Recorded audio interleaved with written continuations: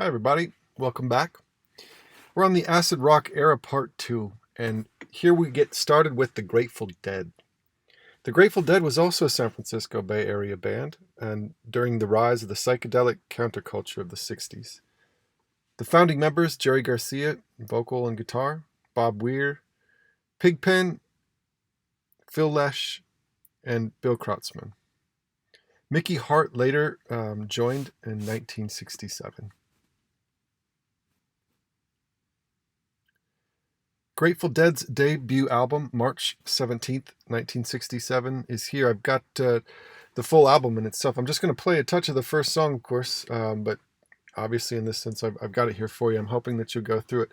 One of the things that I hope that you'll note as we point out the Grateful Dead is they're really utilizing a lot of the old blues techniques. And you're going to hear this as we roll through this. Think of those blues artists that we studied when we first met. It's truly amazing when it comes down to the Grateful Dead. They were reworking a lot of these same licks. Check it out.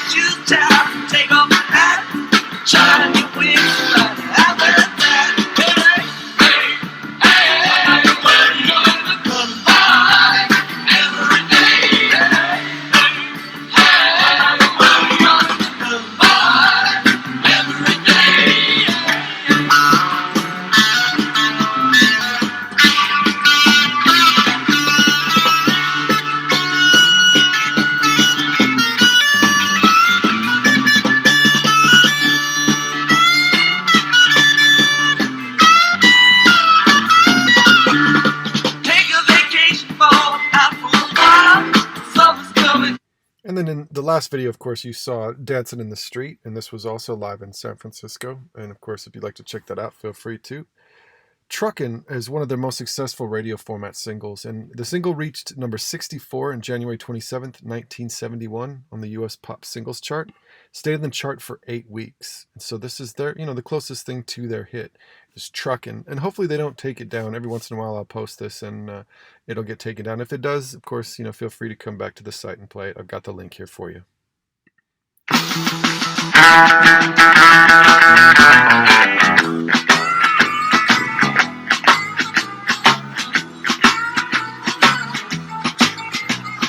Trucking, got my chips cashed in. Keep trucking, like the Doodah Man. Together, more or less in line. Just keep trucking on.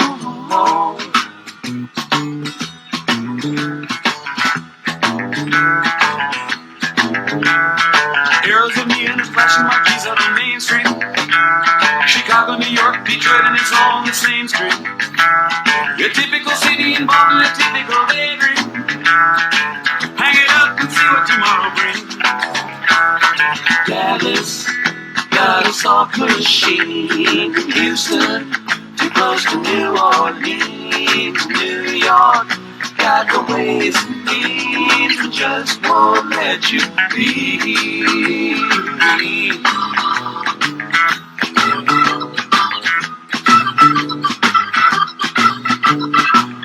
A lot of R&B elements, a lot of rockabilly elements. Truckin' was the highest charting pop single the group would have until the surprise top 10 performance of Touch of Grey. Same thing, if they take this down, you've got this here to play, of course, on the site. Maybe potentially on the lecture here that I upload, they may have this down. So if that's the case, I do apologize. Just go back to the site itself on Canvas. Here's Touch of Grey. Now, they were ranked 57th in the issue, The Greatest Artists of All Time by Rolling Stone. They were inducted into the Rock and Roll Hall of Fame in 1994, and they've sold more than 35 million albums worldwide. They toured constantly throughout their career, and that's basically what they're known for, more than 2,300 concerts. The 1998 edition of the Guinness Book of World Records recognized them with the listing under the heading Most Rock Concerts Performed. Their largest concert audience came in 1973 when they played along with the Allman Brothers before 600,000 people at the Summer Jam. Next up, we have Jefferson Airplane. They were also formed in San Francisco in 1965. The group was the first band from the San Francisco scene to achieve international mainstream success. They performed at the three most famous American rock festivals of the 60s, the Monterey, of course, Woodstock, and Altamont, and as well as headlined the first Isle of Wight festival in 1968.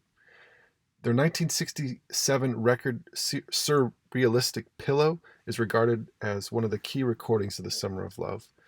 So two hits from that album, Somebody to Love and White Rabbit, are listed in Rolling Stone's 500 Greatest Songs of All Time.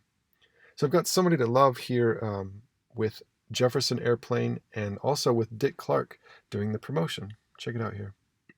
And again, the Jefferson Airplane.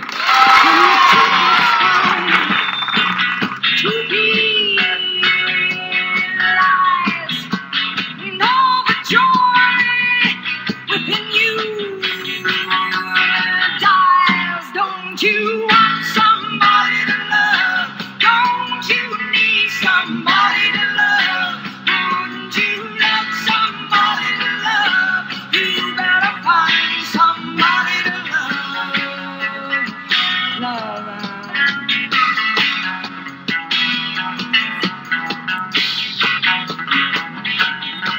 From the garden flowers, baby,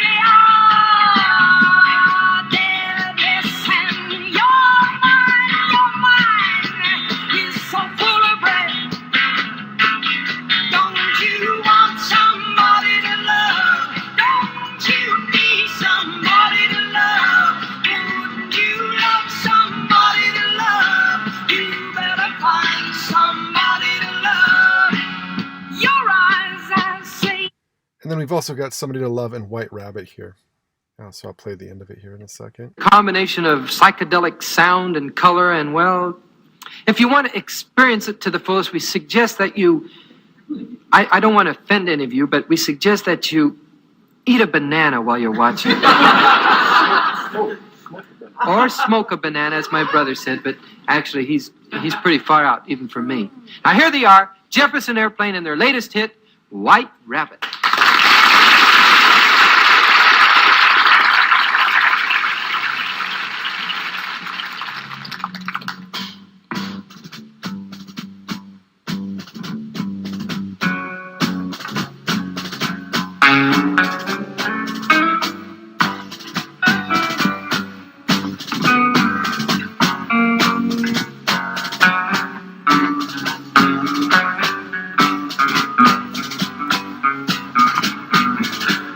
One pill makes you larger, and one pill makes you small.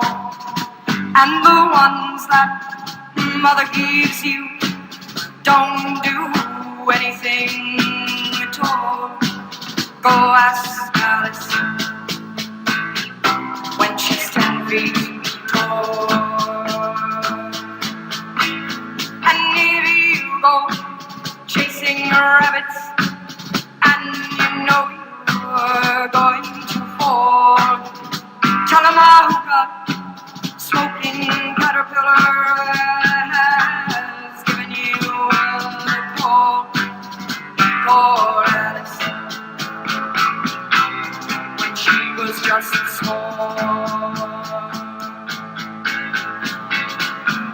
When the men on the chessboard get up and tell you where to go, and you just had some kind of mushroom, and your mind is moving low, go ask Alice, I think you'll know. Logic and proportion have fallen sloppy dead. And I also have Somebody to Love here live from Woodstock. And hopefully they don't take this down as well.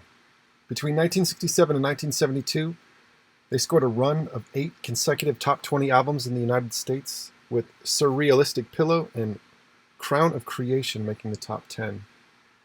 Successor bands to Jefferson Airplane include Jefferson Starship and also Starship. Jefferson Starship's ballad Miracles helped in 1975 reach multiple platinum status and number 1 in the Billboard charts. And this is Miracles here.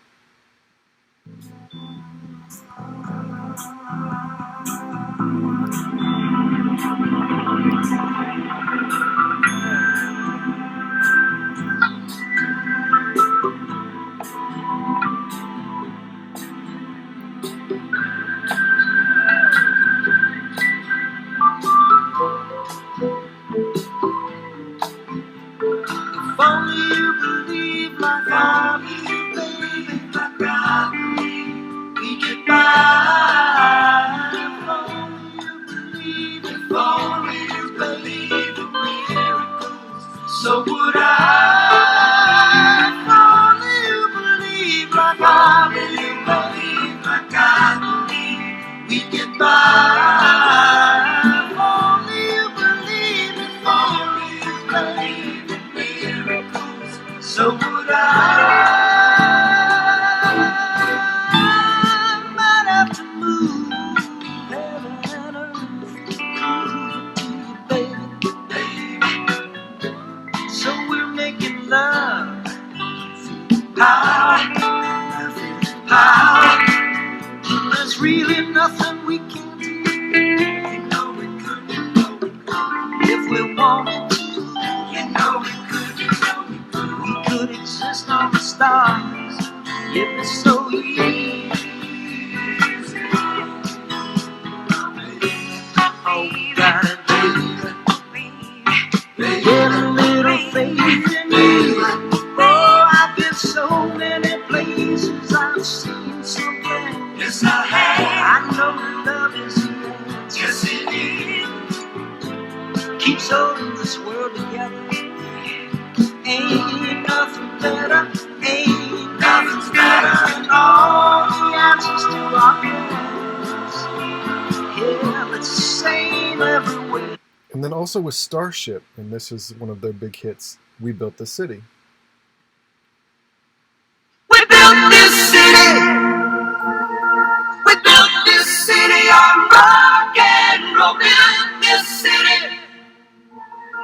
We built this city on rock and roll.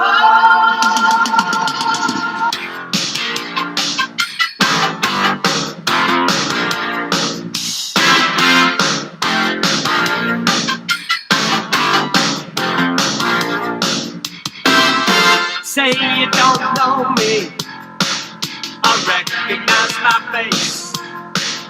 Say you don't care who goes to that kind of place. Knee deep in the hoopla, sinking in your fight. Too many runaways, eating up the night. Marconi plays the mama. Listen to the radio, don't you remember? We built this city. We built this city on rock and roll. We built this city. We built this city on rock and roll. Built this city. We built this city on rock and roll. And in the 80s, that was one of the biggest hits. Jefferson Airplane was inducted in the Rock and Roll Hall of Fame in 1996. And so continuing on, let's talk about Bill Graham. Bill Graham had a huge influence around the world, sponsoring the musical exploration of the 60s from San Francisco. As you probably had note or seen some of these posters, these are very famous Bill Graham posters, and as you can see, they're promoting some of the old blues bands that we've covered in this particular case. And some of these blues bands like Muddy Waters, for example, Muddy Waters, a blues artist, would go to San Francisco. have huge artists, and Muddy would be playing with Grateful Dead, Jefferson Airplane, all the bands that we're talking about as of right now. Bill Graham made famous the Fillmore and Winterland Arena. These turned out to be proving grounds for rock bands and acts of the San Francisco Bay Area, including, of course, Grateful Dead, Jefferson Airplane, Big Brother and the Holding Company with Janis Joplin. And again, this is Grateful Dead here live at the Fillmore. This is just a couple minutes here. I'll just kind of play, the beginnings of it. But again, you're essentially hearing blues when the Grateful Dead are, playing what they're playing. It's really interesting. So this is Grateful Dead live at the Fillmore.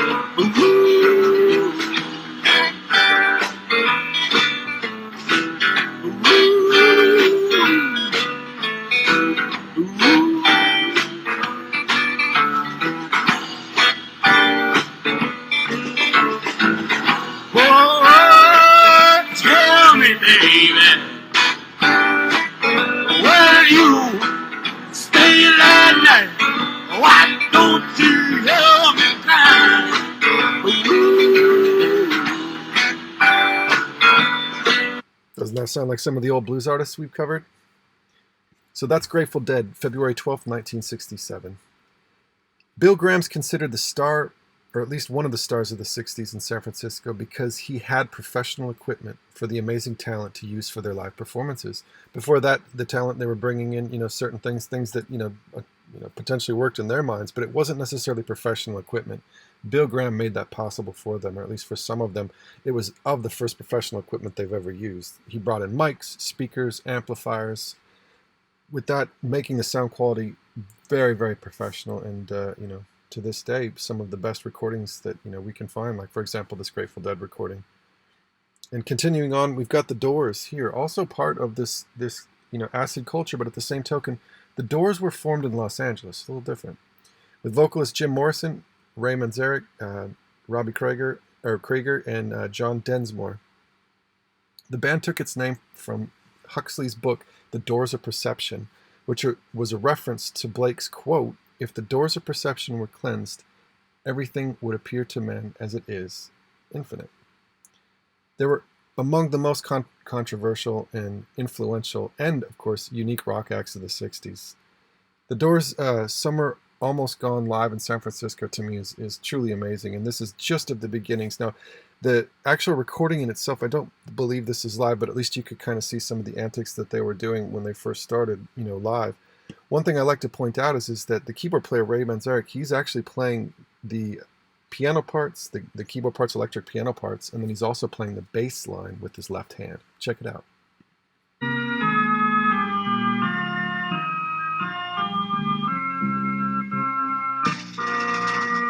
Summer's almost gone. Summer's almost gone. Almost gone. Summer's almost gone. Where will we be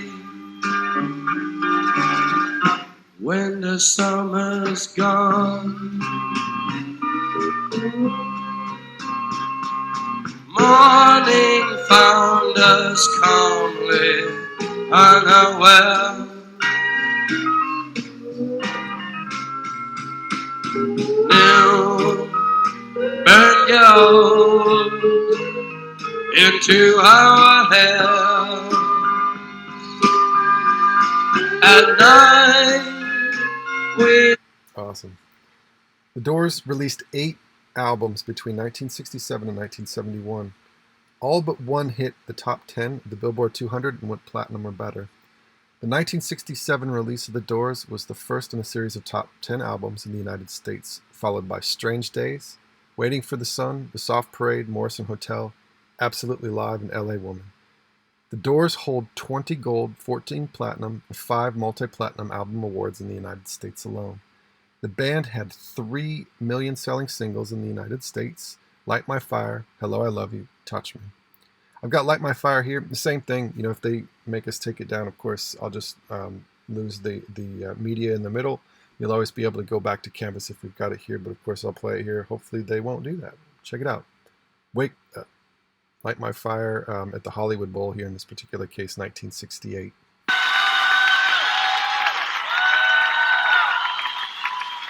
Wake up! You can't remember where it was. Has this dream stopped? The snake was pale gold, glazed and shrunken. We were afraid to touch it. The sheets were hot, dead prison.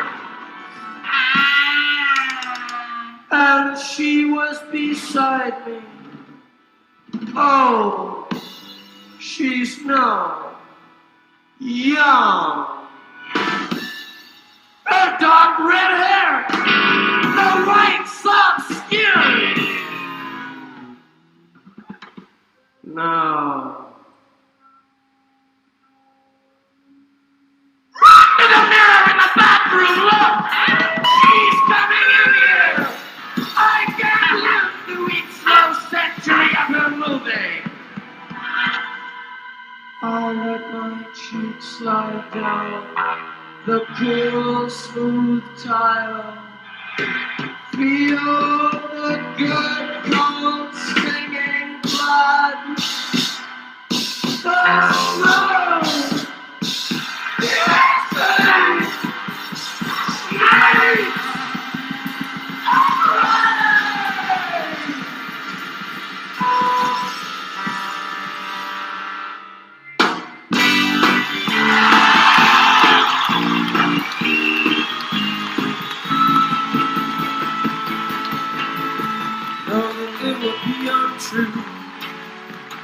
Know that I would be a liar if I was to say to you, girl, we couldn't get much higher.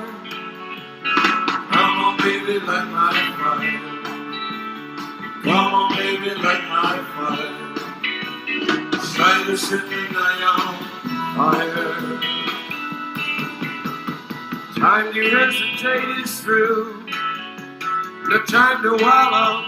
And I must say, you should watch the rest of that. It is truly amazing.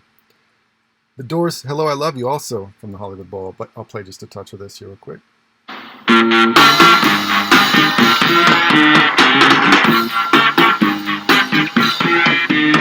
Hello, I love you, won't you tell me your name? Hello, I love you, let me jump in your game. Hello, I love you, won't you tell me your name? Hello, I love you, let me jump in your game.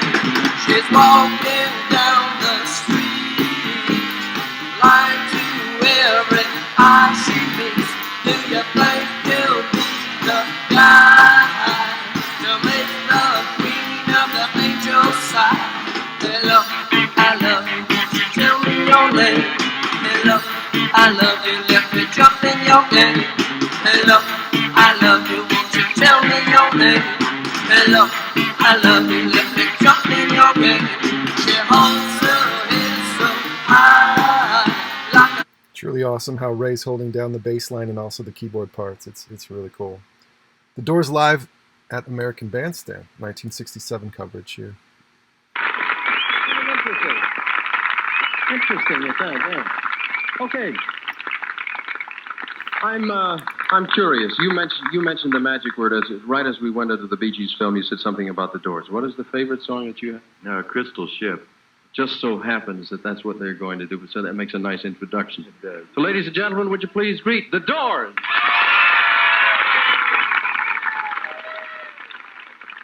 Before you slip into unconsciousness, I'd like to have another kiss, another flashing chance at bliss, another kiss, another kiss.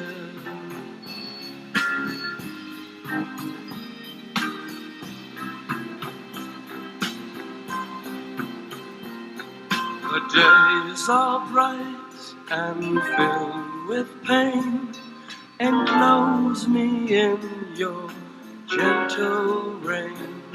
The time you ran was too insane. We'll meet again. We'll meet again.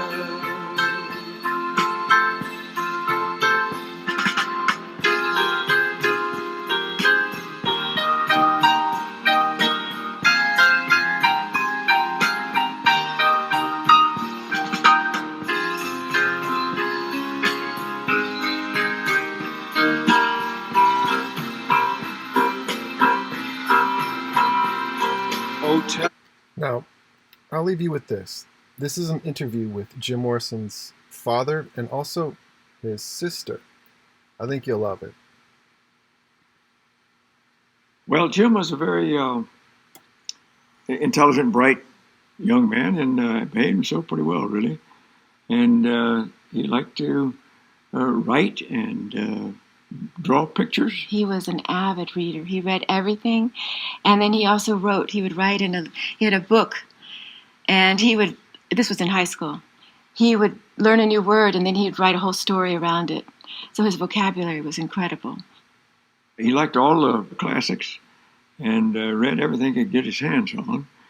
And he was always delighted to go to his grandmother's house because she had a library.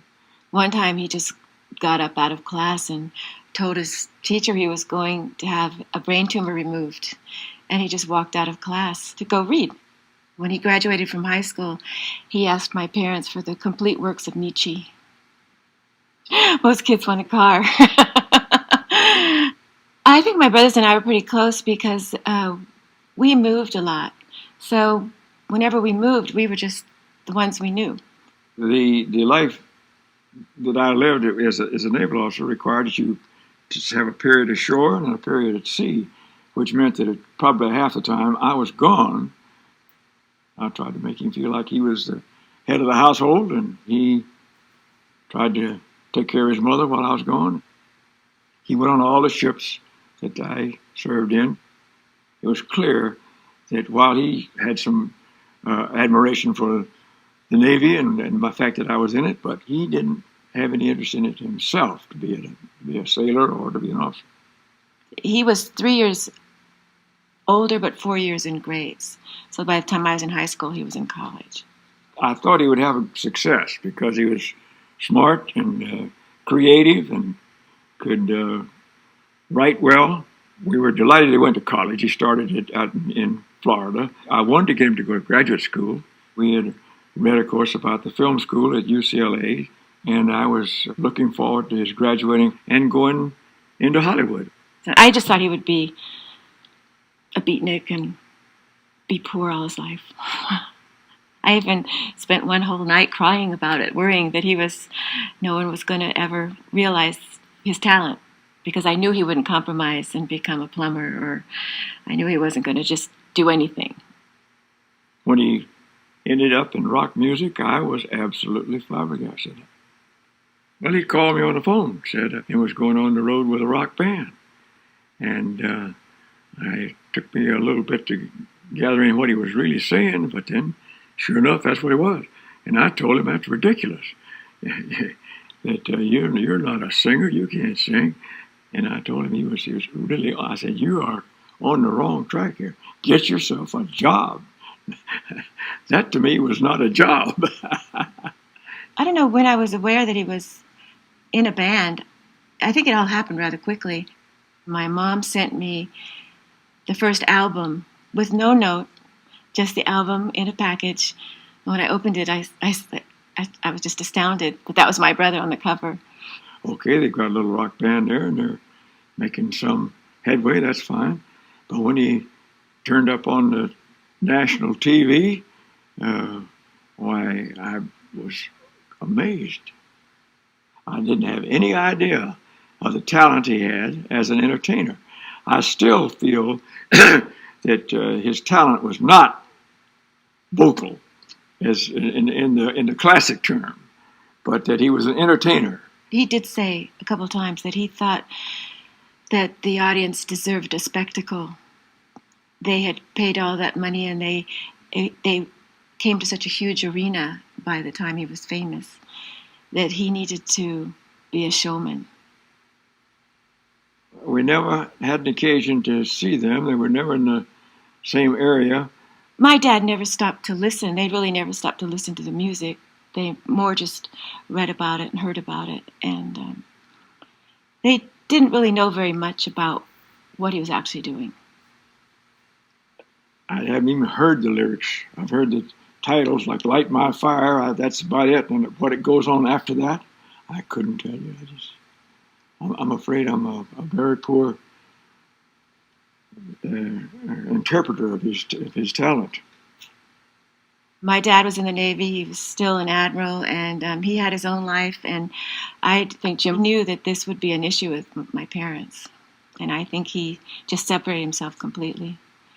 Well, I didn't know Jim very well after he left home. We didn't see him much. So I didn't have a chance to really appraise his mental attitude in his last years. He did tell me one time he didn't want to sing Light My Fire again. He didn't want to do what the audiences wanted to hear from him. And when he wanted to do his poetry, they didn't want to listen. So I don't know if he thought fame was getting him what he wanted. I think Jim went to Paris to escape what he had in the United States, to gain his own freedom, allowing him to do his own writing and experience something new. A friend called and said to my husband, it's on the radio that Ann's brother died. You better find out. And it was days later that we heard it. Jim was already buried when we heard it. We were notified by the naval attaché at the embassy in Paris sent me a message and said that Jim had died of a heart attack in a Paris hospital. Losing him was awful. It was just awful, and it took me a long, long time to get over it, and it was hard, partly because of all the speculation that maybe he wasn't dead. Deep in your heart, you thought, oh, well, he would have done something like that. It's possible. Maybe he did just want to get away and have a new life, and he'll turn up later. So even though I pretty much believed he was dead, it left a little opening. Yeah, I was impressed with the fact that here is my son being interred really quite honorably into the great cemetery in Paris, and made you realize how well known and how well liked he was. My dad thought for a long time, he took it very seriously what he was going to put on the grave. I went back to my Greek teacher and I said, what we're looking for is something for the gravestone which sums up his philosophy. So he put in Greek, true to his own destiny or true to his own spirit. And I thought that was just the perfect thing to put on his tombstone. And he went his own way, and he was true to his own ambition, to his own aspirations. And that was his goal in life, and he made it. I would like him to be remembered for his poetry and his music and his living his life his way. Well, basically, he was a good man. He's a good, solid citizen. He had moral and ethical standards that were very high, and I think he was just somebody you would like to know.